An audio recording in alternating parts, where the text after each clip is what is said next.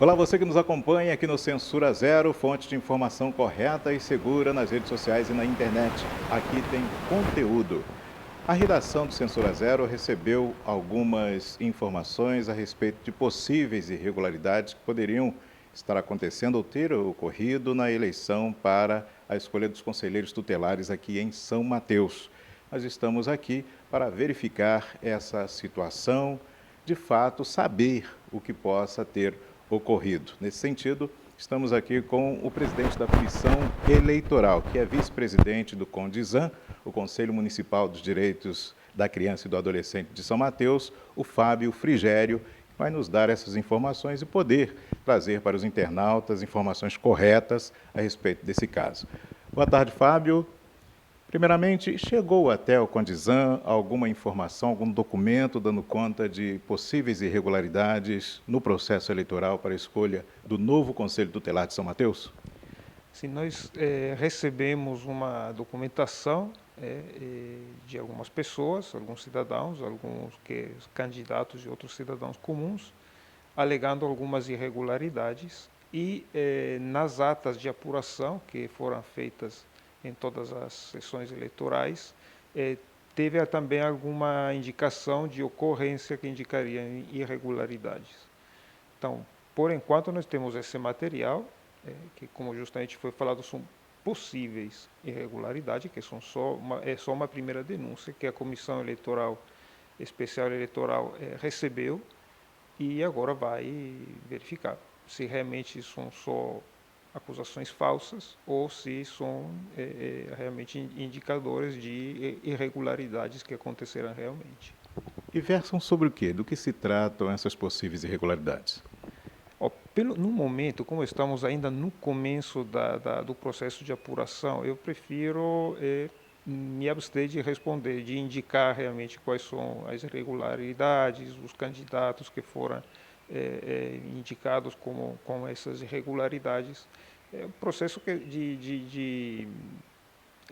de apuração que está começando agora. Então, eu prefiro assim, não fazer mais comentários, esperar. Agora nós recebemos as denúncias, pedimos aos candidatos que foram acusados uma defesa escrita e amanhã, na parte da tarde, a comissão estará se reunindo para averiguar essas defesas que vão ser apresentadas. Se for o caso, se realmente tiver fundamento as denúncias que foram feitas, a gente vai depois eventualmente organizar uma cariação entre os acusadores e os acusados, para a comissão poder chegar realmente a uma decisão, tomar uma decisão. E elas dizem respeito mais à votação ou ao processo eleitoral como um todo? Dizem a respeito de fatos ocorridos no dia da votação. Há irregularidades digamos, a transgressões a condutas vedadas que estavam previstas na resolução que o CONDISAN definiu no começo do processo eleitoral. Uma das informações que chegaram com relação, e dúvidas também, com relação à modificação que houve no edital. Haja vista que da primeira publicação do edital, né, para o preenchimento de um número mínimo de 10 vagas, acho que não houve número suficiente de candidatos aprovados, foi feita uma alteração para que se chegasse até os 15, que foram os que disputaram as eleições, a eleição para o Conselho. Que modificação foi essa e por que houve essa alteração? Isso eu posso responder porque realmente não tem nada a ver com o assunto, mas teve realmente uma alteração, teve várias alterações do edital. É que é difícil a gente conseguir fazer em março um edital que já tenha 100%, contemple 100% dos casos que podem ocorrer. Então, nós tivemos 37 candidatos inscritos, aprovados com a documentação regular, e foi feita uma prova de conhecimento que estava prevista no edital, e após a prova, só 8 candidatos conseguiram a pontuação mínima prevista no edital. Então, como existe uma resolução do Conselho Nacional da Criança e Adolescente que exige que pelo menos o processo eleitoral tenha pelo menos 10 candidatos, a comissão avaliou que para poder atender a essa demanda se mudasse a quantidade mínima de pontos a ser necessários para poder passar a prova. Por isso se chegou, digamos, a gente tinha colocado 70% como valor mínimo de pontos a ser atingido, baixamos para 60% para poder realmente ter um mínimo de 10 candidatos. Chegamos a 15, um número considerado razoável aqui para nós. E esse procedimento é legal, normal, sem necessidade de haver um outro processo? Não, esse procedimento é normal, é uma das possibilidades que, inclusive, foram até negociadas e avaliadas junto com o Ministério Público. A comissão nunca, nenhum passo, nenhuma alteração do edital foi feita sem sem a gente se confrontar junto com o Ministério Público, que é quem também fiscalizou e deu garantias a esse processo. Então, é uma coisa absolutamente legal. Era um caso, digamos, omisso dentro no edital e dentro das resoluções do Conselho de Direito, e os casos omissos geralmente são definidos pela própria Comissão Especial Eleitoral. Foi feito, repito, foi feito após uma troca de ideias com o pessoal do Ministério Público, especificamente da Vara da Infância e Juventude. Foi dado um prazo para que os candidatos pudessem se articular, buscar apoios, né, e convencer os eleitores a irem às urnas e dar o voto. Tinha alguma conduta vedada nesse período para os candidatos? O que foi explicado a eles? O que foi explicado aos candidatos depois que a gente fez a correção das provas, depois que teve essa alteração do edital, foi feita uma reunião com todos os 15 candidatos, em que foi apresentada a resolução que definia as condutas vedadas durante o processo de campanha eleitoral dos candidatos. E foi assinado um termo de aceite por parte de todos os candidatos a essas condutas vedadas. O que não podia fazer, por exemplo?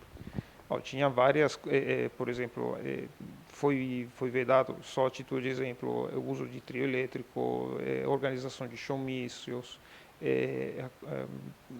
confeccionar boné, santinhos, uma série de condutas foram vedadas com o intuito de evitar o abuso de poder econômico de candidatos que pudessem ter uma condição melhor ou apoios assim, econômicos de familiares, de empresários da cidade, pudessem com esse poder econômico maior tirar proveito em relação a outros candidatos. Então, as condutas vedadas eram todas nesse sentido, evitar o abuso de poder econômico de alguns candidatos em relação a outros.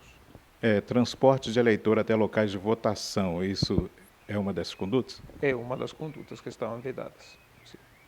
Então, quando que o resultado então será divulgado e o que o Condisan tem a falar para os participantes, especialmente aqueles que estão nessa expectativa? E outra pergunta, esse resultado foi proclamado dos 5 que foram eleitos, pode ser alterado? Sim, nós temos 6 candidatos que participaram da eleição que estão com essas denúncias que a gente está apurando. Agora, nós temos uma reunião amanhã à tarde para averiguar a defesa escrita dos candidatos. A gente espera até no máximo final do mês, quando vai ter uma reunião plenária do Conselho de Direito, a gente terminar esse processo de apuração para a gente poder já ter uma lista definitiva de quem serão os 5 conselheiros tutelares titulares e quais serão todos os suplentes. Isso acontece no âmbito só da Comissão Eleitoral e do Condisan ou o Ministério Público também participa?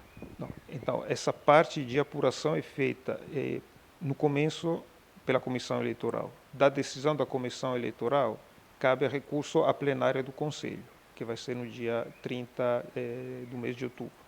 Da decisão da plenária do Conselho, cabe a recurso ao Ministério Público, caso os candidatos que tiverem a candidatura impugnada acharem oportuno. Para quando, então, a gente pode até mesmo estipular uma data para que a situação possa estar definida? Eu não sei, eu prefiro não definir assim uma data certa aí, porque a gente não sabe exatamente como é que vai se desenrolar esse processo de apuração. Eu sei que com certeza teremos uma reunião amanhã e nós da comissão vamos tentar resolver tudo para que os candidatos que tiverem a candidatura impugnada possam ter prazo para apresentar recurso na plenária do Conselho de Direito da Criança e Adolescente, que vai ser no dia 30 do mês de outubro. Então, a gente está trabalhando, vamos ver se conseguimos trabalhar nesse sentido, fazer apuração e deixar um prazo para quem quiser fazer recurso à plenária do Conselho da Criança e Adolescente, que vai ser dia 30. Depois disso, é claro, precisa esperar a decisão da plenária para eventualmente ter outro prazo de recurso, no caso aí já vai ser com o Ministério Público. Esses passos vão ser divulgados? Haverá assim uma transparência com relação a eles ou apenas os envolvidos serão notificados? Por enquanto, a notificação é feita somente com os envolvidos, acusadores e acusados. Então, a publicação oficial vai ser feita no final do processo de apuração. Aí já vai ser publicado quem foram os candidatos impugnados, acusados, quais foram as acusações e todos os detalhes vão ser dados com a máxima transparência só no final do processo de apuração. Ok, Fábio, em nome da reportagem do Censura Zero, da nossa redação, agradecemos aqui a sua cortesia em estar atendendo a nossa reportagem, fazendo esses esclarecimentos.